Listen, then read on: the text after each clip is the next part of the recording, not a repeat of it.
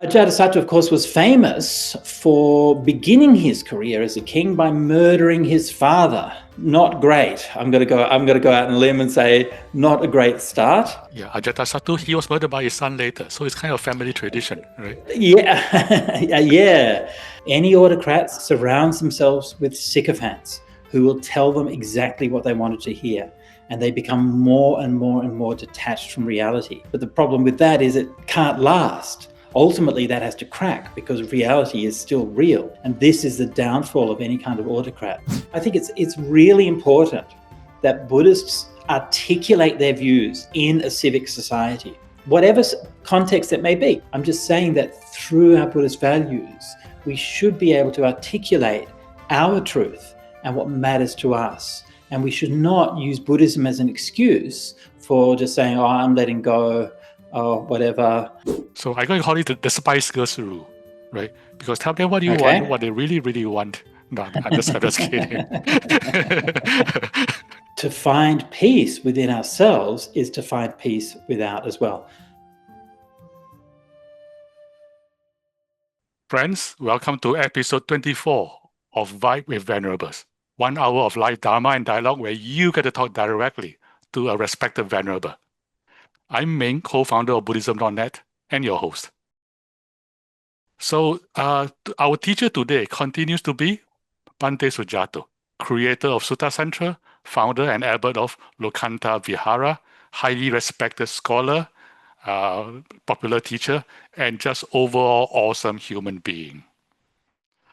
So, and the topic today also continues to be conflict.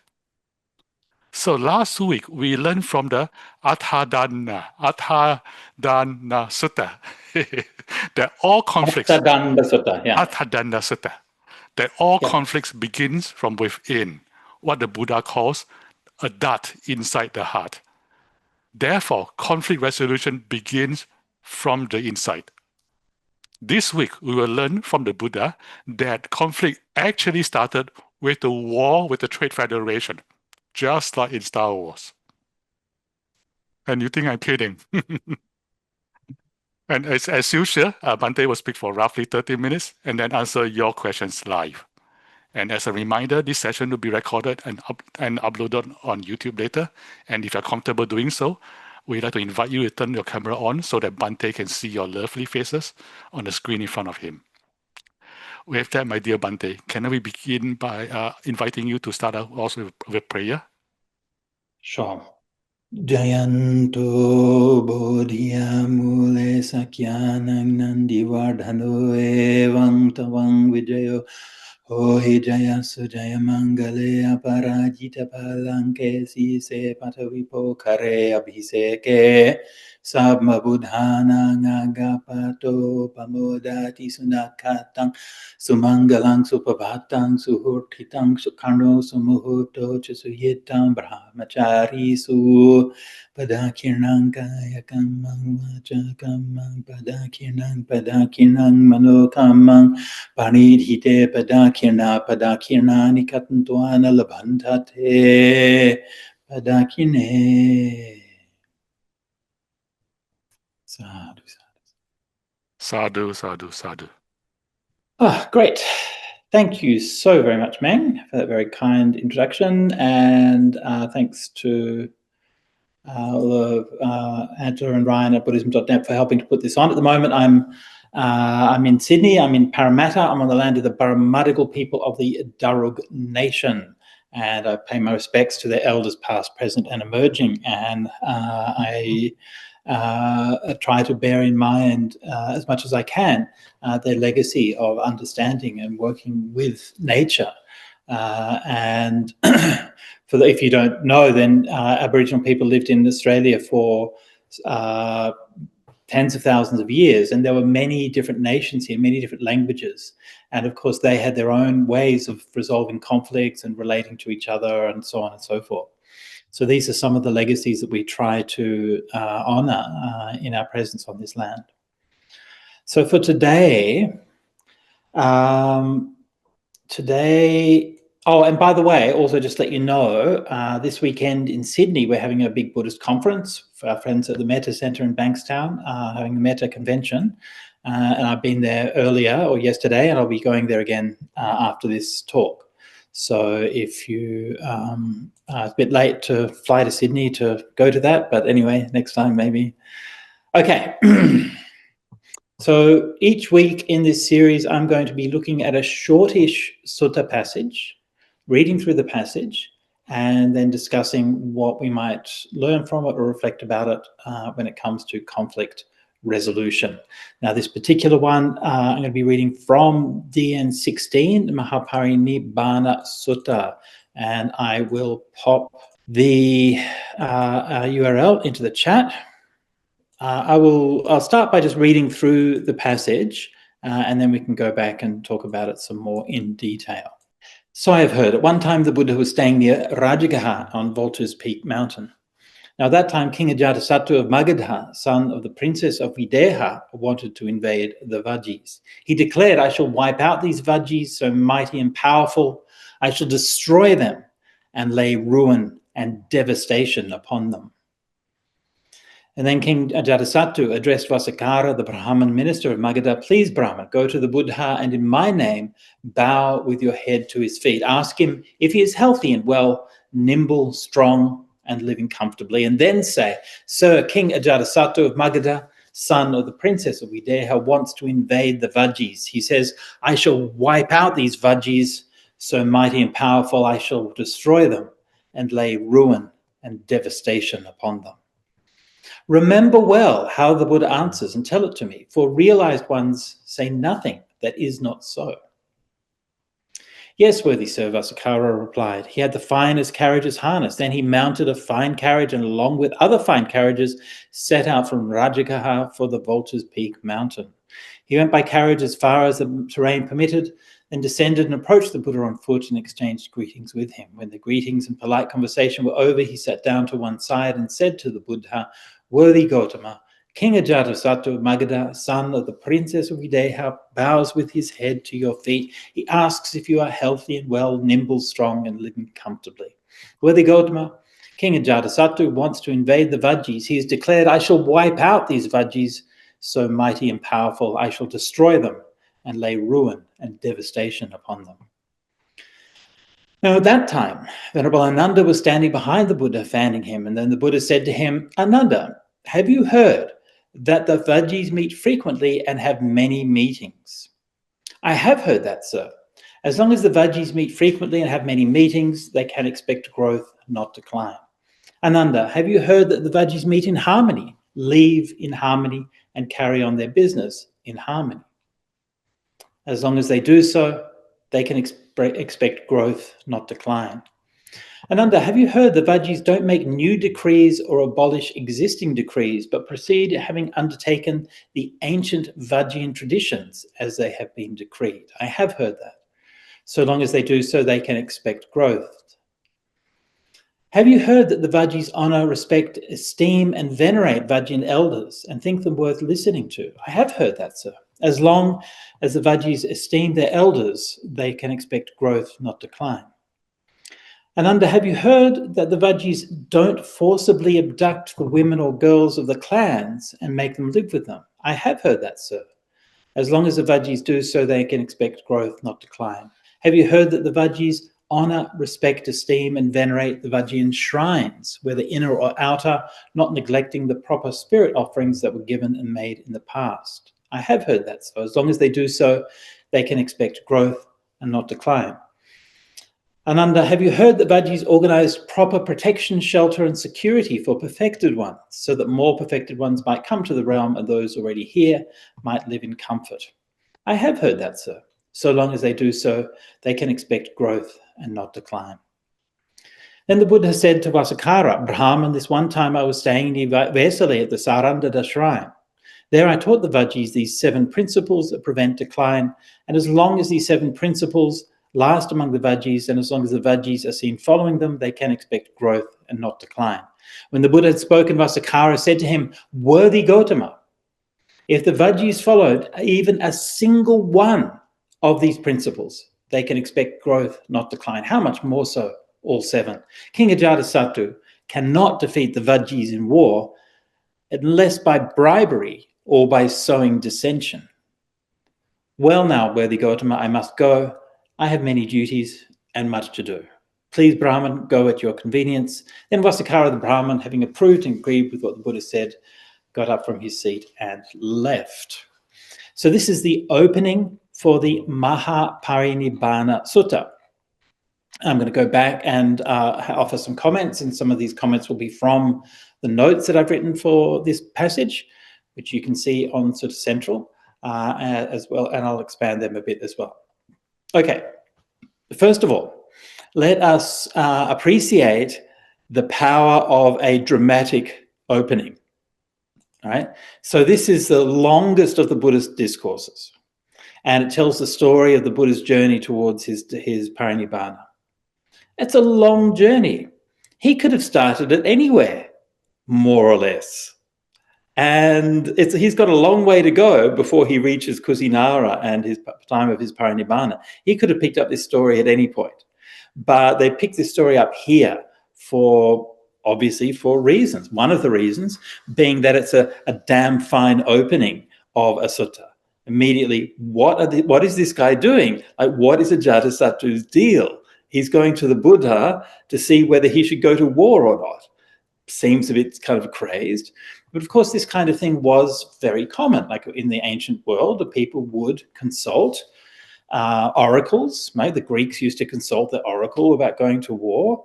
Normally in the Indian sphere, you can see here that Ajatasattu has his Brahmin minister. So this minister would have been a state functionary, and they would have been highly educated in the arts of statecraft, which we have the text, the Arthashastra by Kautilya, which, if you're not familiar with, was composed not too long after the Buddha, and which gives a lot of detail on all of the machinations of the state and how to run it. Fascinating text, actually. All super useful for doing research and trying to understand how things worked in those days. So seeking this kind of advice isn't perhaps as outrageous as you might think. And so, but also notice like the way that their dialogue unfolds, right? He's not necessarily expecting the Buddha to say yes or no. Like, I don't think he's expecting the Buddha to say, yes, it's a good idea, right? But he's more just like listening to what kinds of things he says in response, right? He wants to it's a very kind of subtle, indirect way. He wants to sort of gauge, what the Buddha has to say about it, rather than necessarily expecting him to say it. Great, go and invade the Vajjians and kill them all. All right, so for those of you who are not familiar with the characters in this story, of course, hopefully you're familiar with the Buddha. He's the big guy, got enlightened, and all of the rest of it. Ananda was the Buddha's favorite disciple. He was his whole journey in Mahāparinibbānasutta. The Buddha had Ananda by his side for this whole path. And in fact, I believe that this text, the Mahāparinibbānasutta, was composed by Ananda in the years following the Buddha's death. And so this is, in a way, that you can read the whole thing as being kind of emotionally cathartic for Ananda, his own way of dealing with the loss of his beloved teacher. Ajatasattu, okay, so we've got Ajatasattu, the king of Magadha. So Magadha was one of the great empires of that time, and in the modern day state of Bihar in northern India, just south of the Ganges. And the kingdom, the capital there at Rajagaha was, today is called Rajgir. And later on in the Mahāparinibbānasutta, we actually see him starting to move that capital north to what is modern-day Patna or Pataliputta, as he's establishing a new capital, which that establishment of the new capital also gives us a bit of a hint as to exactly what's going on. And then Vasikara the Brahman is the other character. So he is a devotee of the Buddha, and we see him appearing as a follower of the Buddha in some other passages as well. So that's the main characters in this passage so far. Ajatasattu, of course, was famous for beginning his career as a king by murdering his father, which not great. I'm going to go out on a limb and say not a great start. Yeah, Ajatasattu, he murdered his father, his son, he was murdered by his son later. So it's kind of family tradition, right? Yeah. And I mean, ritual regicide and like multi-generational regicide is not unknown. So I mean, even though it sounds like it's a very kind of lurid and so on, but these things, they did happen. And royal families do tend to be bloody affairs. So yeah. Anyway, he killed his father so he could get access to the throne. Complicated story. I won't go into it. Anyway, suffice to say, he's a morally dubious character at best.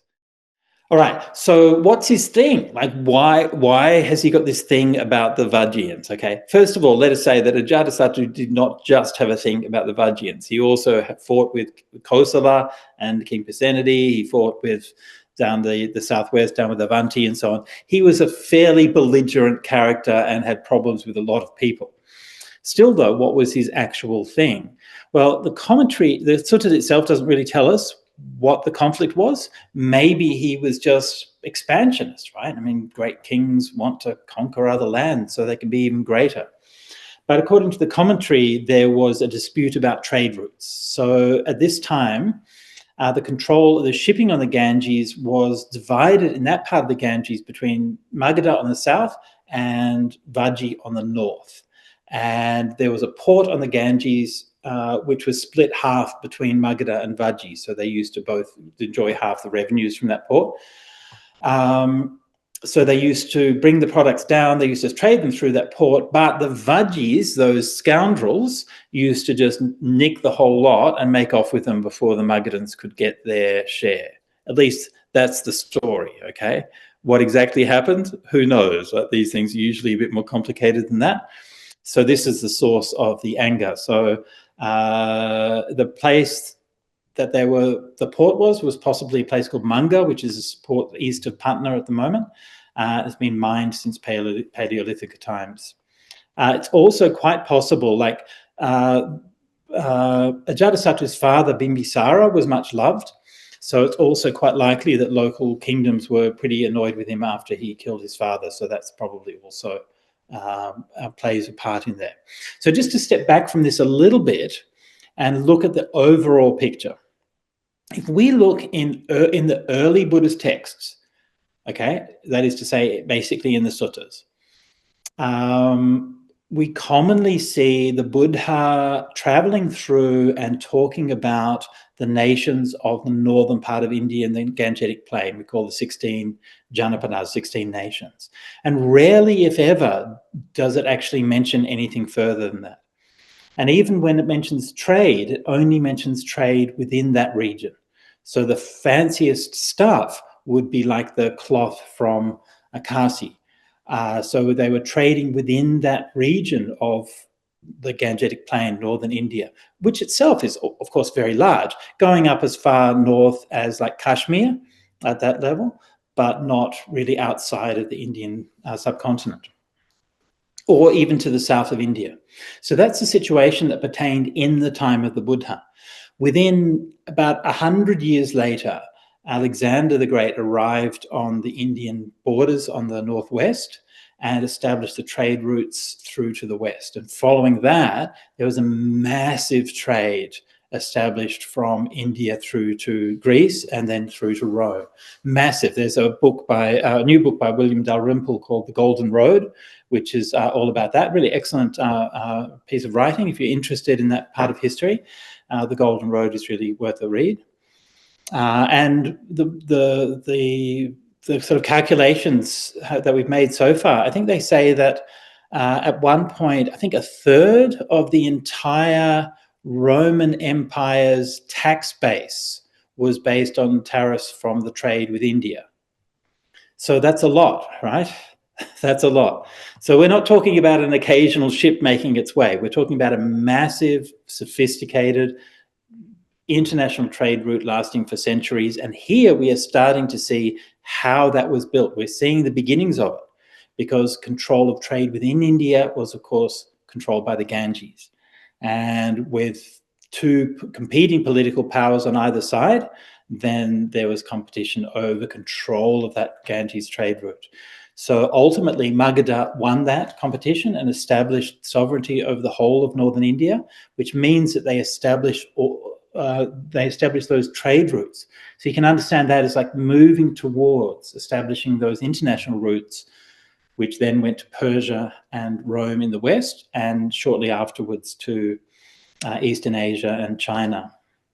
So this is, you can see, within that kind of broader political picture. Now, how is this relevant to the suttas? It's relevant to the suttas in one specific way, which is that the suttas don't know anything about any of that stuff. They don't know anything about China. They don't know anything about Rome. There's one mention of the Greeks. They don't know anything about really international trade or any of those kinds of things.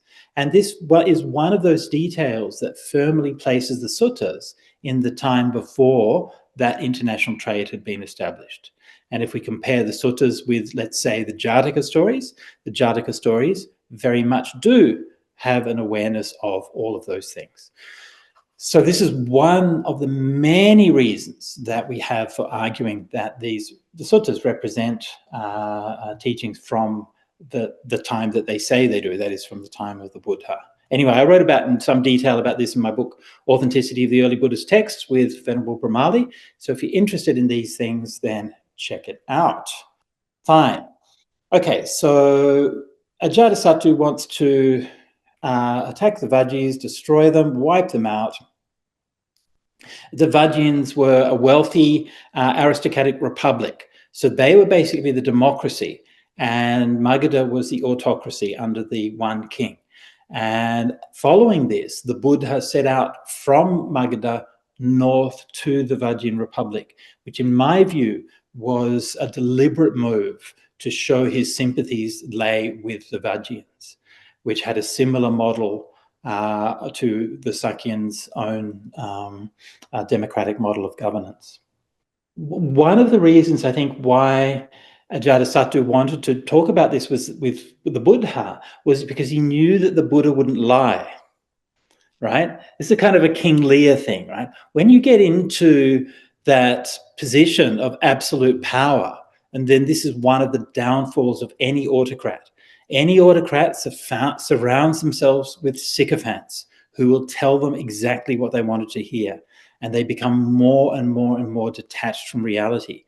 And so what they do is that they use power to create their own bubble of reality made of power and fear around themselves. But the problem with that is it can't last. Ultimately, that has to crack because reality is still real. And this is the downfall of any kind of autocrat. This is why autocrats always build these like nightmarish systems of information control, disinformation, propaganda, and so on, because they want to create an alternate reality to sustain their lives. So you can see from this that Ajatasattu, yes, he not necessarily, you know, a sterling character as such. I mean, he did good things as well. He supported the first council. He wasn't entirely evil, right? Here he's showing at least some good sense, right? He wants to listen to somebody who he knows will have a moral point of view and tell him the truth. So this is showing this is what I find Ajatasattu actually a really interesting character, because he is very ambiguous. Anyway, all right. So then the Buddha's response. So we go now through what they call the 7 Aparihaniya Dhammas, or the 7 Dhammas of non-decline. So these are the things to protect the Vajjians. Notably, that one of the things that to protect the Vajjians is not the size of their defense budget. Interestingly. Okay, first one. Do the Vajjians have many meetings? Okay, so yes, the Vajjians meet frequently. So we actually have examples of those Vajjian meetings in the suttas.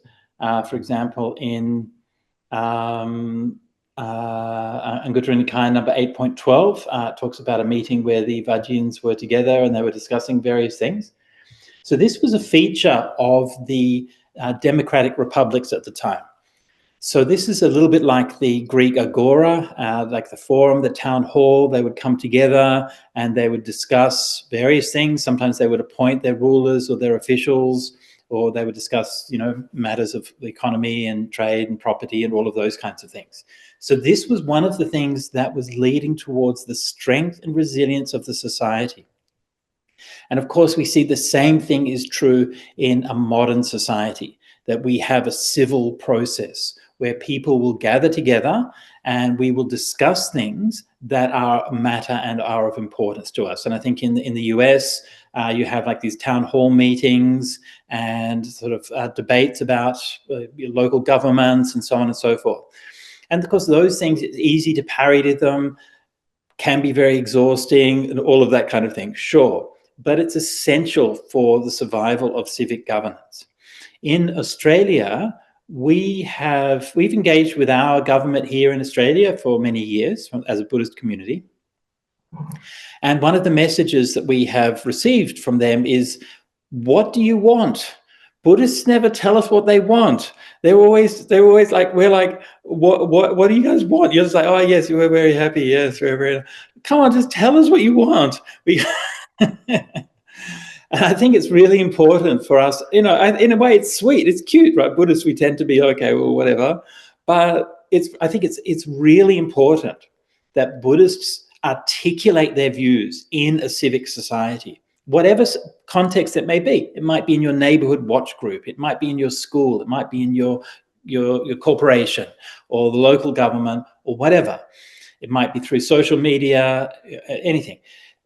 The ability to actually phrase and articulate a point of view from Buddhist values, not necessarily as a Buddhist, right? Sometimes these might be specifically Buddhist issues, right? Like respect for a Buddhist holy site or something like that. But that doesn't really matter. The main thing is that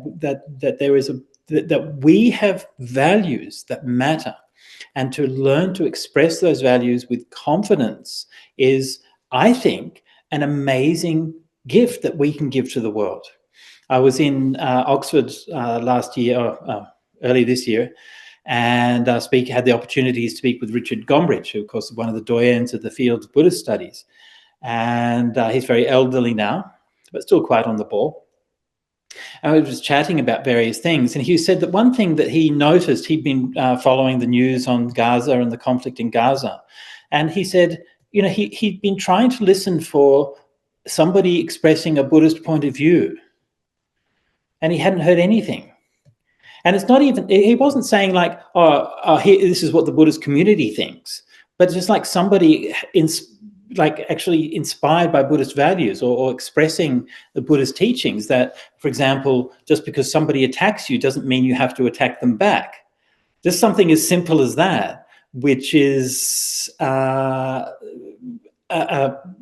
ultimately how these problems can be solved, and yet it's just not there. And he was kind of really sort of missing that, and that's something that I felt many times myself. So I'm not saying that it has to be like this is what the Buddhist point of view is. I'm just saying that through our Buddhist values, we should be able to articulate our truth and what matters to us, and we should not use Buddhism as an excuse for just saying, oh, I'm letting go, or whatever, and I'm just going to... yeah. Okay, so meetings. So one of the reasons that harmony was important to the Vajjians was because the Vajjians were a multicultural society. And in modern times, certainly I know for Australia, we had a white Australia policy. Shockingly, okay, I know it's very embarrassing, but we had a white Australia policy until 1966, the year I was born. And then we were like, okay, we're going to go multicultural. Great. So what's the next thing that we do? The next thing that we do is we go around and we lecture everybody else about being multicultural. So that's just fantastic. Yeah, thanks, Australia. That's great. But then you're looking around in our neighbours, places like Indonesia has been deeply multicultural forever. They've got hundreds of languages in Indonesia. I mean, Australia was multicultural before English people even arrived here. India, are you kidding? India is incredibly multicultural and has been for thousands of years. How many languages there are, how many different, everything. Anyway, so the Vajjian Republic had multiple different tribes. It was a confederation, the Lichavis of Vesali, the Nyatikas from south of Vesali, the Ugas of Hatigama, and the Bhogas of Bhoganagara, and the Videhans and Vajjis themselves, also perhaps others as well. And associated to them was the Mallas of Pava and Kusinara. So you can see that there's quite a complex a range of different peoples with all of their different, interests and values and property and all of those things. So somehow the Vajjians had to meld them together, which they did very successfully. They were well known as a very prosperous region, and so they did that successfully for quite a long time. Okay, so that's the carrying on the business in harmony. The next one is about abolishing the Vajjian decrees. So the exact meaning of this is not 100% clear. But in my view, what this means is essentially something akin to their constitution. So this would have been that when they formed their confederacy, that there would have been an arrangement or a set of principles or something which would govern how the union is to be governed, and how what their values are and so on. We don't really know what that was, but clearly the Buddha is not saying that you shouldn't change any of the rules or change any of the laws or anything, but I think it's specifically about those foundational texts that establish what are the values for the nation as a whole. So that's the then the next one is esteeming the Vajjian elders. Okay, so of course esteeming elders is a normal part of any kind of sane society, and I think like one of the problems that we have today, and something that I'm kind of really conscious of actually, is how much like elders have to also live up to that. Like we can't just, I'm getting old now, right? So I'm thinking like an elder. We can't just demand that, I can't just go around and say, okay, yes, it's true. We burned the world to death. Yes, we did that. And no, we left you a smoking cinder. Okay, fine. Yes, we did that. And we let the Nazis take control of everything. Yes, okay, we did that, right? And then we gave like billions of dollars to all of the worst people in the world. Yes, we did that. Okay. But you still should listen to me because I know what's what, right? So I do feel like there is a kind of a problem here. And I know that in a lot of families, it's a huge problem with, especially with elders in the family who've been corrupted by Fox News and by other things like this, and it becoming very difficult to just even talk to your parents. And a lot of people say that they don't they remember their loving and kind parents from when they were kids, and now when they go and see them at Thanksgiving or Christmas, it's just bile and hate and racism. And it's just such a shame that there's been this corruption, which of course is all absolutely deliberate and done with complete full awareness. So yes, respect for elders, but don't mindlessly respect your elders. Respect the elders for their wisdom. But unfortunately, if elders have fallen into folly, then that's a sadness. That really is. Okay, the next one is about the protection of the women and girls of the clans from sexual violence. This is, of course, also very interesting. This is one of the foundational principles of a just and flourishing society according to the Buddha. And I find it's really interesting that he's mentioned this here among these 7 principles, right? This is not something which is incidental. It's not something which is marginal. It's not something which is optional. But foundational to the prosperity of the nation is protection of the women and girls of the clans from violence and from sexual violence. As obviously we know even today, I shouldn't even say even today, but this is very much not a solved problem, and that sexual violence and violence against women is still a terrible menace in all kinds of ways, and women's rights are still under threat in all kinds of ways. So this is as pertinent as it needs to be. But I think it is I think worth bearing in mind that when we advocate for protection for women, we're not doing anything new. I mean, this is literally 2,500 years old, and the need for doing that was already established by the Buddha then. And of course, he wouldn't have been the first to do it. So there's always been this knowledge or this understanding that it's crucial to protect women from sexual violence. So this is another thing which is discussed in Kautilya. So Kautilya's Arthashastra. So chapter 12 discusses various issues around that as well. And I'll just sort of mention, like often when, as modern people, when we look at how things were done maybe 2,000 years ago or something, often we kind of think, oh, that's very sexist and discriminates against women. And obviously that's true. And in many ways, we can see that actually happens, sure. But it's also not black and white, because there are also other things that protect women that even sometimes are more modern than we have today. One of these has actually come up with me recently, is that with one of the local Buddhist groups, but there's in the Pali Vinaya, there is a rule, the Aniyata rules, that legislate that if a credible laywoman makes an accusation against a monk, then that monk should be held accountable for that offense, even if they don't confess to it. This is the only case in the Vinaya where a monk has to be held accountable without having to confess. So this is a really kind of remarkable case that attests to the importance that the Buddha put on protection for women. Okay. The next one is honouring and revering the Vajjian shrines. So the shrines here were the sacred groves, and they were maintained by the people in reverence of the powerful spirits of nature, and they would have made spirit offerings, usually some rice or something like that. They would come, they would offer them to the trees. We see very often the Buddha is staying at these shrines, and they were an intrinsic part of that landscape. Ancient Indian texts say that every town should have 3 forests. So they had the first one forest is the Tapovana, which is for meditation, and then the Sirivana, which is for resources, and then the Mahavana, which is for wilderness, untouched. So each town should have those 3 forests. Again, I think it was important to understand that the idea of humans consciously and deliberately cultivating and protecting nature has been there for thousands of years. This is not just something we've invented in the last few decades. So the protection of the spirit shrines was also protection of nature. These are indistinguishable. Nature was full of spirits. So these are 2 indistinguishable things. And finally, the protection for the perfected ones.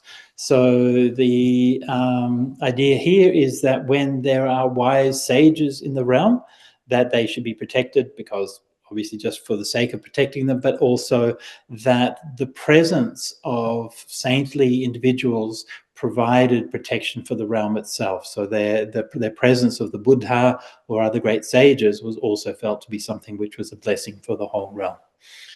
So this was the final point that the Buddha is making here. So we can see that the Buddha is making a variety of points, some of them administrative, right? Some of them carrying on business in harmony and so on,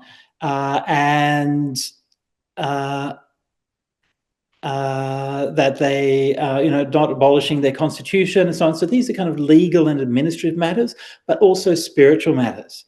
And the strength of a nation and the strength of a people is not just in its laws and not just in its institutions. It's also in our hearts and in our spirits and in our minds. And it's in the values through which we live. And these are the things that give people strength. And this is something that we've seen many times in, even if you look at wars in, modern times since World War II or something like that, how many times has it happened that a great nation's gone to war with a small nation and somehow can't get anywhere? We're seeing that today in Ukraine, where even supposedly the mighty Russia can't make any headway in the war just for years.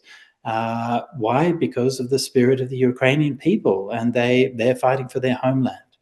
And so this is something that you can look at, like the numbers and the armaments and the defense budgets and all of those kinds of things.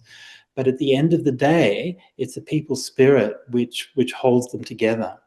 And if we as a people have dignity and if we have confidence, then we won't feel the need to go around crushing other people, right? This, of course, is Ajatasattu's need to crush others is, of course, an expression of his own weakness, his own guilt, right? He has to prove that he's the biggest, prove that he's the best, because inside him he's still gnawing with guilt because he killed his father. Yeah. So to find peace within ourselves is to find peace without as well. Meng, I should probably turn over to questions. What do you reckon? Sounds like a good idea. Yeah. Yeah, let's do that. Okay. Yeah. So, thank you, dear Bhante. No worries. Before our discussion, let's just take a moment to absorb and digest the teachings. So let's take a moment to breathe and reflect on what we just learned and how it relates to our lives.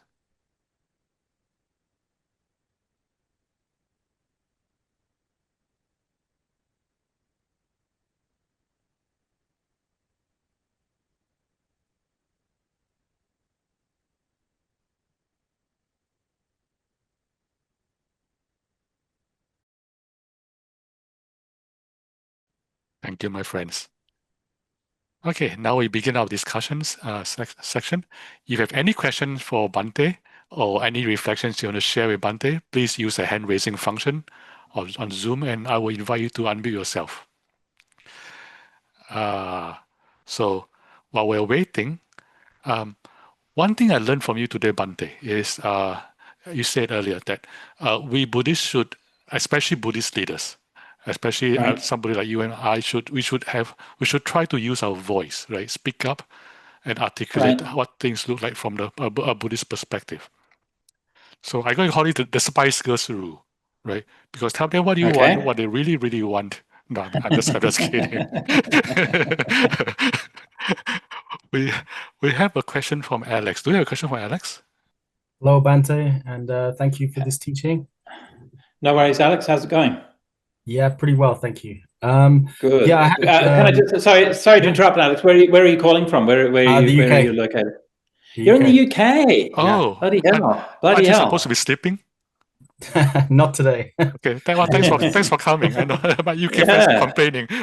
You're only the time when I was to be sleeping. How's the weather? Raining? Today, today it was okay. Yeah, it was okay. Okay. Please go ahead. Yeah. Thank you. Yes. I had two questions. The first one was about how to engage when you kind of have a habit of people pleasing and being overly nice, and how to engage skillfully when there's some sensitivity towards receiving criticism. Okay. Well, look. I mean, Alex, I don't know if there's a sort of an answer to that. You just have to do your best, you know. And I think one of the things is you don't have to be perfect. You just have to do your best, and you have to say, well, can I do it better next time? That's all. Sometimes I think, like when we're Dhamma practitioners, we have overly high standards. We think, oh, I'm feeling angry, I shouldn't say anything. But sometimes you have to speak anyway. You don't have to necessarily speak out of anger, but you can be angry and be mindful and still speak, right? There's a really good example of that I found really inspiring, actually, was in Australian politics a few years ago, Julia Gillard's famous misogyny speech. And she tore our former Prime Minister for his misogyny, quite rightly. And you could see when she was giving that speech that she was absolutely furious. But she kept her speech in control. She was very articulate, and she said exactly what she wanted to say. And to me, that was a great example of somebody who had anger, yes, but was not mastered by the anger. She had enough mindfulness, enough presence of mind to actually still speak from a place of truth. So I think that's something which just to bear in mind. You're never going to please anybody, and if you try to please anybody, you're going to annoy a lot of people also, because that's like really annoying. So honestly, people generally like it if you've got a bit of a different point of view or something like that. I mean, it's interesting, right? It's kind of fun. And especially if you can phrase it in a kind of a funny way or in a joke, or, you know, just sort of put it in that way that's not like really threatening, you know, and then that way, it's actually, honestly, if you're surrounded by people who just say yes all the time and are nice to you all the time, it gets very boring very quickly. And, you know, I'm a monk, you see, and you see, even on this talk, you see, everyone's very nice to me. Meng's very nice to me. You come on, Alex, you're very nice to me. I have to hunt around, like I have to go and talk to my sister or someone like that who's going to be sarcastic to me, you know. It's you not find easy. Me boring, Bhante? No. I'm kidding. You called me naughty last time. You called me naughty last time, so that's good true. enough. I did that. Yes. Yeah, that's true. So you know, it's okay to spice things up a bit. It's okay to have your point of view, and but just like, you know, try to keep a lightness to it. That's all. Yeah. Anyway, Alex, what's your next question? Second part is when engaging in difficult conversations, how do you approach when people try to just shut down the conversation instead of having or instead of expressing a willingness to have open dialogue? Yeah. It can be very difficult. It really depends on the situation, right? I mean, there are some times when one person wants to have that dialogue and the other person doesn't. And it's not actually necessarily even right or wrong, actually. I mean, it's hard to say because you have to look at a specific circumstance. But then obviously there are other cases when there needs to be that dialogue and there needs to be a way to bring it to the table. Obviously, if somebody is very avoidant with that, then usually there's some kind of tension or some kind of fear or something like that, which is understandable. It's not like it's not like it's incomprehensible or anything like that. But people do negotiate these things in different ways. So I think to pay attention to the manners in which people negotiate things and the way that they move on from them, rather than thinking that it has to be in some kind of template, right? Like, oh, it has to be done this way. Yeah. So somebody maybe from their family background or maybe from their cultural background, then they have some other conditioning that leads them to do it in a different way. Doesn't mean it's not necessarily done, but it might be done differently. So yeah, look, again, I don't know if I can really help you too much with that, Alex. These are very specific things, you know. You need to, yeah. Okay, thank you, Bhante. I wish you all the best anyway. Yeah, I wish you. If you have goodwill, then you should work out. Yeah. Okay, thank you. Let's see. I hope I pronounced your name correctly. Dhira Yupa. Yes. Dhira Yupa. So Meng. Yes, my friend. Just so you know, Dhira Yupa is one of our good Dhamma friends here in Australia, and she is a translator and has translated many Vajjian Brahms and many other books and so on into Thai. Oh, nice. And she's now starting doing translations of suttas into Thai. Nice. Thank you so much for doing that. Yeah. I would like to ask a very controversial question. No. Yes. Bhante is never controversial. Kidding. Bhante is always controversial. Yeah, the situation in Gaza, I have little knowledge of the real truth. I think that not many people know the real truth. However, from what I've heard is, in fact,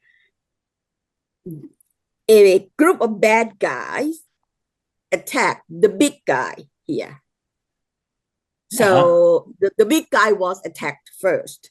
And that's why the big guy retaliated the bad guy, which happens to be in among small groups of people, the weaker. Right. So, so in general context, when you are attacked, it's okay for you to attack back.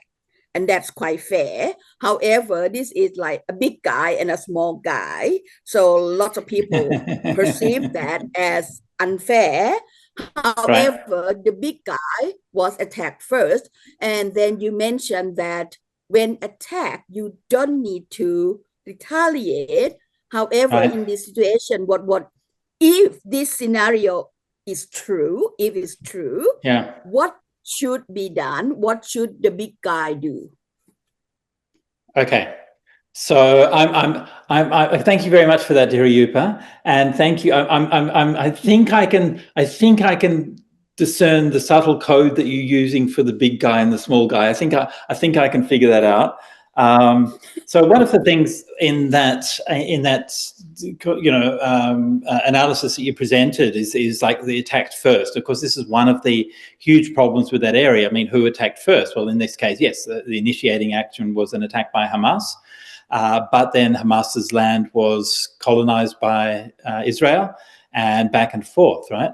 Ultimately, you cannot divorce this from the fact that Palestinians were living there, and the Zionists came and established the state of Israel in 1947-48. And we also can't divorce this from the fact that at that time, I think it was 1948, there was a public letter published by Albert Einstein, Hannah Arendt, and other prominent Jewish intellectuals who warned of the emerging fascist tendencies of the Zionist state.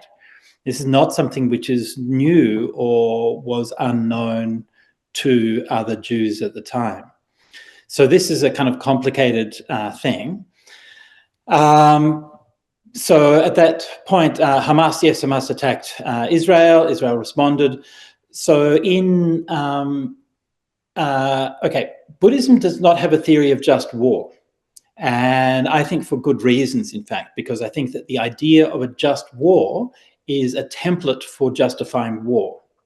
As soon as you have a theory of just war, then as soon as you want to go to war, you're going to sit down and think, how can I make this fit into this theory of just war so I can go to war and everyone will say that's good.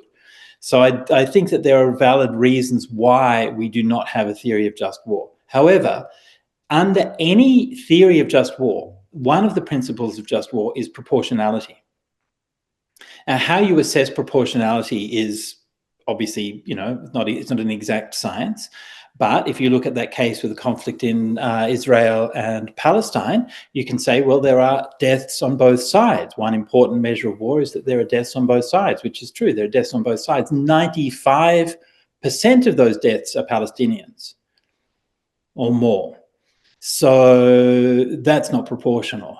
And clearly under that regard, then that's not a proportional response. So you asked about what do you do instead. Let me tell you a story. So I don't know anything about any of these things. I'm just a simple forest monk, as you know, Dhirayupa. What would I know, okay? But I did read a story in our local paper years ago, actually set in Melbourne and written by a cop or an ex-cop. And it was about street racing. And in Australia, there was a culture where kids, usually teenage boys, often underage, would nick cars. In those days, they'd steal the Subaru WRX or something similar. And then they would go at nighttime, switch the lights off, and drive slowly past the cop car, taunting them. And then the cop car would turn the siren on, and off they would go with a merry chase. And they'd go chasing and screaming around through the suburbs, down the freeways, and many lurid tales of how this happened. And so the author of this article was a policeman or ex-police cop or ex-cop. And one of the things that he said was, we were told stories about this when we were in the police academy. And the old cops would come and they'd tell about some particularly legendary car chase that they'd been in. And it's, being a cop is kind of boring a lot of the time. It's one of the most fun things that you can do. And there are all these rules that are supposed to govern it, like you're not supposed to exceed certain speeds. And so what they would do would be that they'd wait till they're going around the corner, and then they'd measure their speed at their slowest point, and then they'd radio that in to make sure that they weren't exceeding their speed, and then scream off down the road again. And they're just chasing these kids, sometimes like multiple suburbs, they're going down, screaming down like 160 kilometers an hour down the wrong way on a freeway. All of this kinds of incredibly dangerous stuff, but really adrenaline pumping. And, obviously most of these cops are like in their early 20s when they're doing this stuff. They're not that different from those kids who they're chasing, really. It's not that hard to imagine that one would end up on the other side. And so this cop was saying this was going on for years. And why? Like, what exactly are they achieving? Year after year, who's at fault? Until eventually they changed their policy and they said, we're not going to chase the kids anymore. No more street chases, full stop. The kids would steal the cars, drive past the cops, taunt them. The cops would sit there, they'd drive off. It was boring. So the kids gave it up and did something else. That's how they stopped doing that. Yeah. So that's using wisdom. Now, I'm not saying that that approach is going to work in every situation, but I am saying that if you want to do it, if you're going to have a knee-jerk response in every case, then you're just going to end up in these spirals of violence. And in that particular case in Gaza, the response by Israel, look, if they had, made some response against Hamas's attack, I don't think that would have been, so it wouldn't have been, people would have accepted it as normal, but the response that they did is so completely devastating. It's so completely over the top and just resulted in, the systematic and deliberate murder of tens of thousands of children. Let's not gloss over what they've done. 20%, I think, of the children who've died have died from headshots. Means they were deliberately targeted by snipers. So let's not, underplay the depravity of what the state of Israel has done in that particular war. Yeah. Thank you. Thank you. Okay, Jiyun has the last question. Please unmute yourself. I come from South Korea, and before I was a Catholic, so I had a strong resistance of worshiping idol from my Catholic background. But when I went to Korean temples, I noticed that there are some small buildings that has shrine for mountain spirit kind of thing. So I automatically developed lots of resistance. Wow, why Buddhists have that kind of shrine? I understand they can venerate the Buddha. So still actually before I heard you today, I was actually had some resistance. So I was actually surprised to see, to hear that the Buddha said venerating shrine is a good thing. Right. Also, especially in the West now, people think, Buddhism is what the Buddha taught is meditate rather than praying. So I still had some assumption that worshiping mountain spirit, this kind of things, to me didn't look like a genuine Buddhism. So is it a good thing to do? Okay, sure. Okay, thank you for that. Yeah, it is almost impossible to overstate how closely connected spirit worship is with nature, especially in ancient India.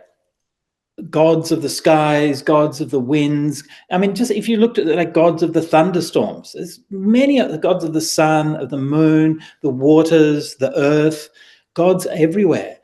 What does that mean? It means that you're living in a world where divinity is manifesting through everything around you. That the world is not just dirt and water and chemicals, but is some kind of living and powerful spirit. And through doing these devotions, that you are connecting with that spirit in a positive way, right? So, I mean, how literally are you going to take this? Is there a God of that such and such a name who lives in such and such a place? I don't know. I haven't seen him. Maybe, or her. I don't know. Maybe.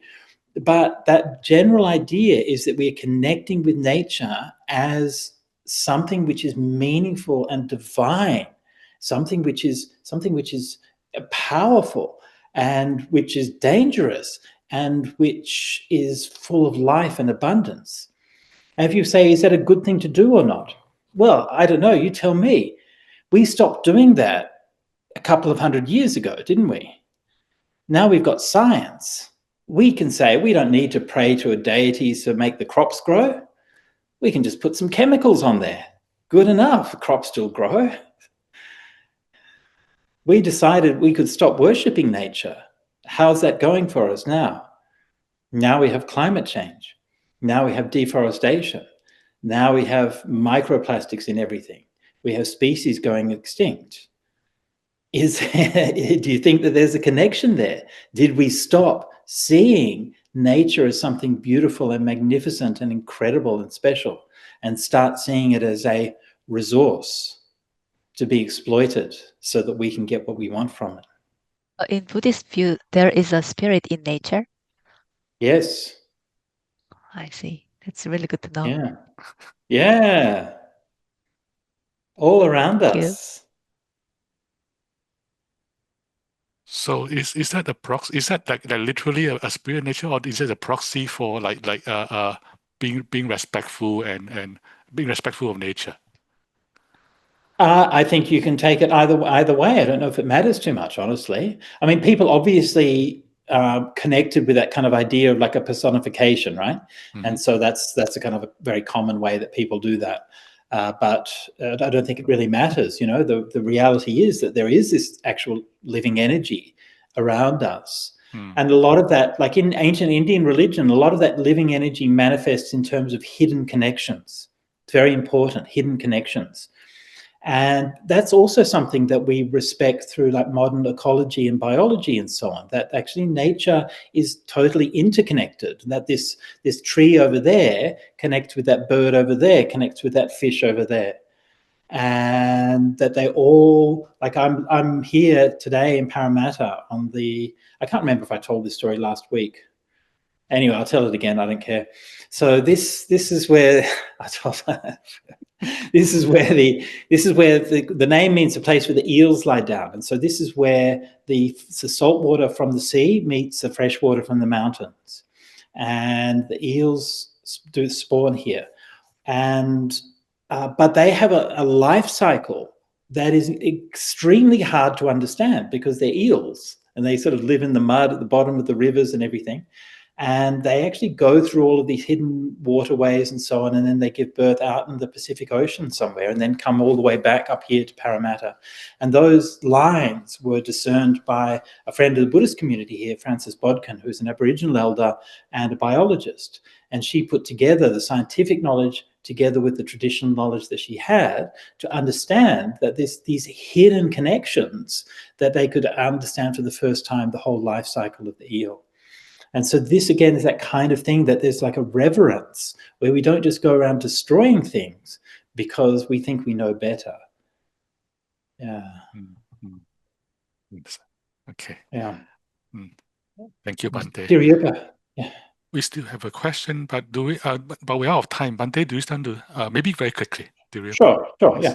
It's not a question. It's just to add to what the lady just said about the God of the nature. In Thailand, I believe that you know that we just have a festival, floating lantern festival. Right. And that is to pay respect to the goddess of the river or water.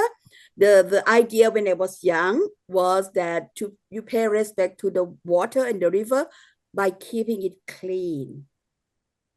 Right. And also when I was young, mom always said, you have to pay respect to the goddess of rice by not wasting even a single grain of rice.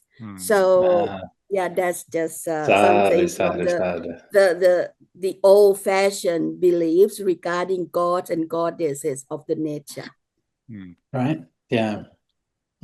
Thank you so much for that. Thank you. Yes, I pay respect to my iPhone by not upgrading it every year. God on my iPhone. With that, Venerable, can you please lead us on the closing dedication and blessing? Sure, yeah. So thanks so much once again, Meng. Thanks for making this opportunity possible. And thanks to all of you who've attended today and give us a chance to share some Dhamma together. And let me say a couple of verses of Pali. Nati me saranang anyang buddho me saranang varange tena satya vajjena sotite hotu sabada. Nati me saranang anyang dhammo me saranang varange tena satya vajjena sotite hotu sabada. Nati me saranang anyang sangho me saranang varange tena satya vajjena sotite hotu sabada. Sadhu, sadhu, sadhu. Friends, let's bow to our teacher. Thank you so much for being with us, Bhante. So this recording will be uploaded to the Buddhism.net YouTube channel. Like, subscribe, tell all your friends. It helps us a lot. And if you're inspired to practice dana or generosity towards Bhante Sujato, please donate directly to Sutta Center. We'll be sharing the link by chat and by email. Bhante also talked about a book earlier about an early Buddhist text. I read the whole book. I highly recommend it. And we will include that in the email as well. So Bhante is very generous to give us 4 weeks of his time. So we will continue to have him next week and the week after. Don't miss it. Great. Yes. Okay. We'll see you all next week. Thanks, Meng. Thanks, everybody. Thank you, see you Bhante. then. Thank you, friends. Okay. Bye-bye.